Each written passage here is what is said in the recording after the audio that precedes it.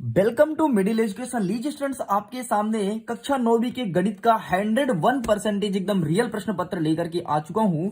और आप सभी के एग्जाम में कल यानी कि 3 जनवरी को यही क्वेश्चन पेपर देखने को मिलेगा। आपको पता है ना कि मध्य प्रदेश में 52 जिले हैं और इस बार आप सभी का पेपर जिला स्तर पर तैयार किए जा रहे हैं, इसलिए आपको डिफरेंट डिफरेंट क्वेश्चंस सभी स्कूल में देखने को मिलता है। लेकिन यहां पर एक चीज की मैं गारंटी लेता हूं कि अगर ये दोनों दो पेपर जो मेरे पास है, अगर इन दोनों को अच्छे से सॉल्व करके आप जाते हो तो 101% पूरा का पूरा सभी जिला का प्रश्न पत्र आपको इन्हीं दो पेपर से मिलने वाला है।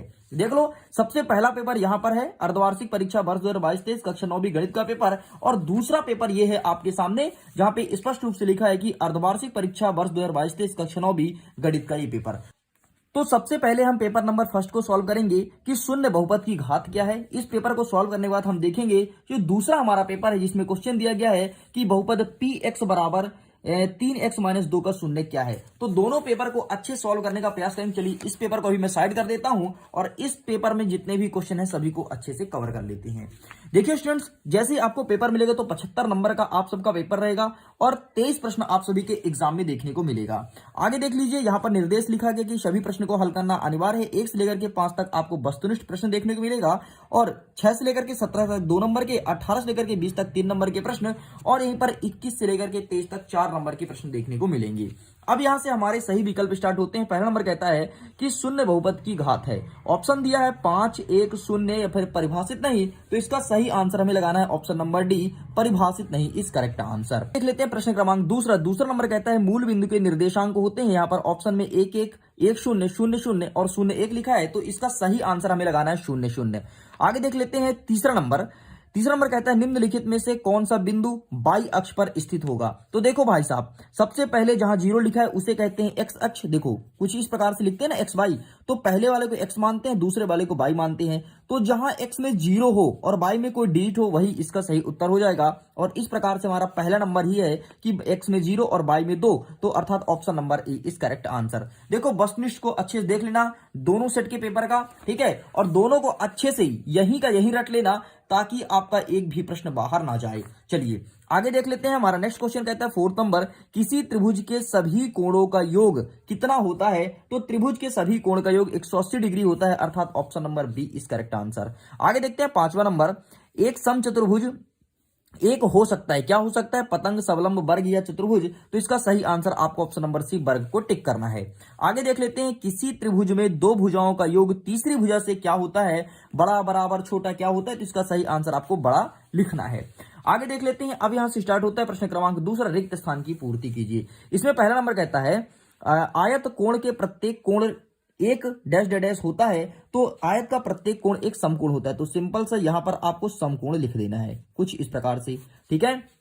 आगे देख लेते हैं दूसरा नंबर, एक त्रिभुज जिसकी 2 भुजाएं बराबर हो उसे कौन सा त्रिभुज कहते हैं। तो उसे बोलते हैं समबाहु त्रिभुज। सॉरी, इसमें बोला है 2 भुजाएं बराबर हो, तो इसे बोलेंगे समद्विबाहु त्रिभुज। क्या बोलेंगे, समद्विबाहु त्रिभुज, ठीक, मतलब जिसकी समान 2 भुजाएं बराबर होती है उसे हम समद्विबाहु त्रिभुज कहते हैं। आगे देखते हैं तीसरा नंबर, बहुपद जिसमें 3 पद हो उसे क्या कहेंगे। तो सिंपल सा उसे बोलेंगे त्रिपदी। क्या बोलेंगे, त्रिपदी। तो यहां पर आपको त्रिपदी लिख देना है। आगे देखते हैं चौथा नंबर, भाज्य बराबर भाजक गुणे भागफल, धन क्या हो जाएगा, धन में आपको शेषफल लिख देना है। तो यहां पे क्या भर देंगे, शेषफल। ओके, चलिए आगे देखते हैं 5वां नंबर, बाई अक्ष के निर्देशांक को डैश डैश कहते हैं। तो बाई अक्ष के निर्देशांक को कोटि के नाम जानते हैं, ठीक है। लेकिन यहीं पर यदि आपसे प्रश्न पूछे कोई और सेट में कि एक्स अक्ष का निर्देशांक क्या कहलाता है, तो उसे बोलेंगे भुज। इस बात को ध्यान देना। आगे देखते हैं 6वां नंबर, 2 चर वाले रैखिक समीकरण का आलेख एक डैश डैश होता है। तो यहां पर आपको सरल रेखा लिखना है। क्या लिखेंगे, सरल रेखा। चलिए स्टूडेंट्स, इस प्रकार से प्रश्न नंबर 2 तक कंप्लीट होता है। हम पेज पलटा देते हैं और देख लेते हैं आगे क्वेश्चन क्या कहता है। अब देखो यहाँ पे हमारा लिखा है प्रश्न क्रमांक 3, तीसरा नंबर में सही जोड़ी बोला गया है, समान भुजाओं वाले 2 त्रिभुज होते हैं तो उसे क्या बोलते हैं या फिर क्या होते हैं। तो इसका सही आंसर आपको सर्वांगसम लगाना है। यहाँ पे सर्वांगसम लिखा था लेकिन प्रिंट नहीं है प्रॉपर वे में, लेकिन यहाँ पर सर्वांगसम ही लिखा गया है। ओके, आगे देख लेते हैं दूसरा नंबर, शीर्षाभूमिक कोण का माप क्या होगा। तो इसका सही आंसर आपको समान पे टिक करना है। तो ये हो गया दूसरा नंबर। यहां पे लिखा है बिंदु 2,3 में भुज का मान क्या होगा। तो यहां पर भुज हो जाएगा 2, अर्थात इसको मैच कर लेना है। चलिए आगे देख लेते हैं चौथा नंबर। ए एक्स धन बी वाई धन सी बराबर 0, तो इसका सही उत्तर क्या हो जाएगा? तो दो चर वाले रैखिक समीकरण का मानक रूप, अर्थात इस पे टिक करना है। ये हो गया हमारा चौथा नंबर। हमारा पांचवा नंबर क्वेश्चन क्या कह रहा है ये समझ में नहीं आ रहा है, तो इसको हम छोड़ देते हैं। एंड छठवां नंबर कहता है कि एक शांत रेखा को, तो इसका सही आंसर हमें मिलाना है कि अनिश्चित रूप से बढ़ाया सकता है, मतलब ये हो गया छठवें का। तो जो भी बचा वो आपके पांचवें का उत्तर हो गया है। ठीक है, इस प्रकार से हमने इसे सॉल्व कर लिया। आगे देखते हैं प्रश्न क्रमांक 4। चौथा नंबर कहता है कि एक वाक्य में उत्तर दीजिए। यदि एक चतुर्भुज के सम्मुख कोण के प्रत्येक युग्म बराबर होते हैं तो उसे क्या कहेंगे? तो उसे हम बोलते हैं समांतर चतुर्भुज। यहां पे आपको लिखना है समांतर चतुर्भुज। ठीक है, आगे देखते हैं दूसरा नंबर। त्रिभुज के तीनों कोणों का योग कितना होता है? तो वेरी सिंपल 180 डिग्री। और पहले भी ये प्रश्न पूछा जा चुका है, ये देखो यहाँ पे। ठीक, ये देखो यहाँ पे पूछा गया है। मैं आपको बता देता हूँ स्टूडेंट्स, अगर आप ये पेपर देख रहे हो ना, इसके बाद जब मैं आपको दूसरा पेपर दिखाऊंगा तो बहुत सारे क्वेश्चन आपको सेम टू सेम देखने को मिलेगा। चलिए आगे देख लेते हैं तीसरा नंबर। समबाहु त्रिभुज होते हैं, ये क्या होते हैं समबाहु त्रिभुज? तो यहां पर आपको लिखना है कि ऐसे त्रिभुज जिसकी तीनों भुजाओं का माप समान होता है उसे समबाहु त्रिभुज कहते हैं। नाम से स्पष्ट है, समबाहु त्रिभुज मतलब जिसकी सभी भुजाएं समान हो। आगे देख लेते हैं चौथा नंबर। रैखिक समीकरण x बराबर 3y का मानक रूप क्या होगा? तो यहां पर आपको लिखना है x बराबर x माइनस 3y बराबर 0। बस इतना लिख कर कंप्लीट करना है, ये इसका मानक रूप हो गया। आगे देखते हैं पांचवा नंबर। बिंदु -5, 6 किस चतुर्थांश में स्थित है? तो इसका सही आंसर आपको लिखना है द्वितीय चतुर्थांश। क्या लिखेंगे? द्वितीय चतुर्थांश।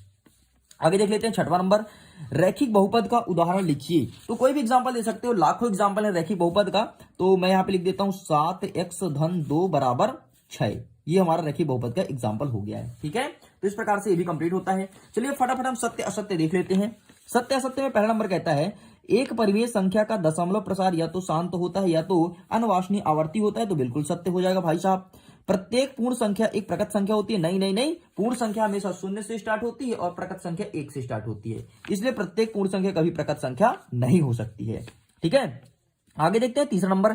v बराबर 0 x अक्ष का समीकरण होता है। तो बिल्कुल सत्य है, v बराबर 0 x अक्ष का समीकरण होता है। भाई y अक्ष कुछ है नहीं, तो x अक्ष का ही होगा ना। आगे देखते हैं चौथा नंबर। यदि दो वृत्त बराबर है तो उसकी त्रिज्या बराबर होती है। यदि दो सर्कल मतलब वृत्त बराबर है तो डेफिनेटली उनकी त्रिज्याएं भी हमेशा बराबर होगी। तो ऑप्शन में इसको भी सही कर देना है। आगे देखते हैं पांचवा नंबर। वे रेखाएं जो एक ही रेखा के समांतर होती है वे परस्पर समांतर होती है। तो ये भी बिल्कुल सत्य हो जाएगा। एंड छठवां नंबर कहता है ऋजु कोण का माप 360 डिग्री होता है। तो भाई साहब ये असत्य हो जाएगा। आपका ऋजु रेखीय कोण 180 डिग्री का होता है, तो यहां पर आपको असत्य करना है। तो इस प्रकार से हमारा ये भी कंप्लीट हो गया है। छठवां नंबर कहता है कि 1/√7-2 में हर का परिमेयकरण कीजिए और इसके आंसर के लिए हमें जरूरत पड़ेगा आपका एक क्वेश्चन बैंक। तो इससे एक एक आंसर को कवर करने वाले हैं। तो चलिए फटाक से पेज ओपन करते हैं और बता देते हैं कि इसका सही आंसर क्या होगा और क्या आंसर आपको लिख करके आना है।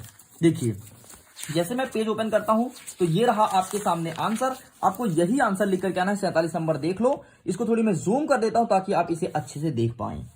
दिख रहा है? चलिए जी इसे देख लीजिए। आपको 47 का पूरा उत्तर लिख करके आना है। चलिए इसे साइड करते हैं, देख लेते हैं नेक्स्ट क्वेश्चन। हमारा नेक्स्ट क्वेश्चन कहता है कि 1/7 और 2/7 के बीच अपरिमेय संख्या निकालना है। तो इसके लिए हमें चलना पड़ेगा नेक्स्ट पेज में एंड देख लेते हैं कि इसका सही उत्तर क्या होगा। तो ये रहा आपके सामने प्रश्न क्रमांक 3, आप देख सकते हो और ये पूरा आपको लिख देना है। ओके, चलिए इसे साइड करते हैं, आगे देखते हैं नेक्स्ट क्वेश्चन। हमारा 7वां नंबर कहता है कि सरल कीजिए 7 के पावर में 1/2 और यहाँ पर इंटू लगा है और 8 के पावर में 1/2। तो इसका सही आंसर हमें मिलेगा यहाँ पर। तो इसका सहायता लेना पड़ेगा प्रश्न नंबर 23 का एंड ये रहा पूरा आंसर। प्लीज आप इसका भी स्क्रीनशॉट ले लीजिए। आगे देख लेते हैं प्रश्न क्रमांक 7 के अथवा पूछा है कि 0.6 को p/q के रूप में व्यक्त कीजिए जहां p और q पूर्णांक हो, जहां q is not equal to 0। तो लीजिए ये रहा इसका आंसर आपके सामने। प्लीज आप इसका स्क्रीनशॉट ले लीजिए। बस इतना लिख करके कंप्लीट करना है। आगे देख लेते हैं नेक्स्ट क्वेश्चन। हमारा 8वां नंबर कहता है कि बहुपद पी वाई बराबर y² माइनस y इक्वल 1 के लिए p0 और p1 का वैल्यू हमें फाइंड करना है। तो इसके लिए हमें चलना पड़ेगा आगे के पेज में एंड देख लेते हैं कि इसका सही उत्तर क्या हो जाएगा। तो देखिए स्टूडेंट्स ये रहा आपके सामने। ठीक है, अब इसमें हम क्वेश्चन मैच कर लेते हैं। आपके एग्जाम में यही प्रश्न पूछा गया, देख लो ये 14 नंबर एंड यही आंसर आपको लिख करके आना है। तो यहां से यहां तक लिख दीजिएगा। चलिए इसे साइड करते हैं और देख लेते हैं इसके अथवा में क्या क्वेश्चन दिया गया है। तो अथवा का क्वेश्चन यहाँ पर क्लियर समझ नहीं आ रहा, लेकिन ऐसा कुछ लिखा है कि कोई एक यहाँ पर क्वेश्चन दिया है, यहाँ पर दूसरे क्वेश्चन दिया और बोला है भागफल देने से शेषफल ज्ञात कीजिए। तो इसका आंसर मैं फाइंड करने का प्रयास किया हूं और मुझे जाकर के आपके पेज नंबर 17 में जा मिला है। तो देख लेते हैं क्या बाकी वही क्वेश्चन है। हाँ जी ये देख लो 6वां नंबर। ठीक वही प्रश्न लगभग लगभग, तो प्लीज आप इसका भी स्क्रीनशॉट ले सकते हैं। ओके, चलिए आगे देख लेते हैं। नेक्स्ट नवा नंबर कहता है कि बिंदु 4 0 5 -6 0 -5 2 3 और 4 5 का कार्तिकीय तल निर्धारित कीजिए, और इसके अथवा में एक और प्रश्न पूछा गया है। तो चलिए देख लेते हैं कि इसका सही उत्तर क्या हो जाएगा। तो ये रहा आपके सामने इस प्रश्न का सही उत्तर। डियर स्टूडेंट्स, प्लीज आप इसका भी स्क्रीनशॉट लीजिए। जो ऊपर वाला प्रश्न पूछा गया है उसका उत्तर ये रहा, ठीक है, इसका स्क्रीनशॉट आप ले लो। आगे देख लेते हैं नौवा के अथवा नंबर कहता है कि निम्नलिखित संख्या युग्मों के कार्तिकीय तल की बिंदु के रूप में आलेखित कीजिए। ये प्रश्न पूछा गया है कुछ इस प्रकार से, एक्स का वैल्यू ऊपर दिया, वाई का वैल्यू नीचे दिया है। तो इस क्वेश्चन को आपके क्वेश्चन बैंक में पूरा पूरा सही आंसर नहीं मिल पा रहा है, ठीक है, तो इस क्वेश्चन का आंसर आपको स्वयं करना है। बाकी इसका फुल सोल्यूशन मैं आपको टेलीग्राम पर सेंड कर दूंगा, वहां से भी देख सकते हो। चलिए इसे साइड करते हैं, आगे देख लेते हैं प्रश्न क्रमांक 10वां नंबर कहता है कि के किस मान के लिए x बराबर 2 y बराबर -1 समीकरण 2x धन 3y बराबर के एक हल है। तो इसका सही आंसर हमें मिलेगा पेज नंबर 32 में।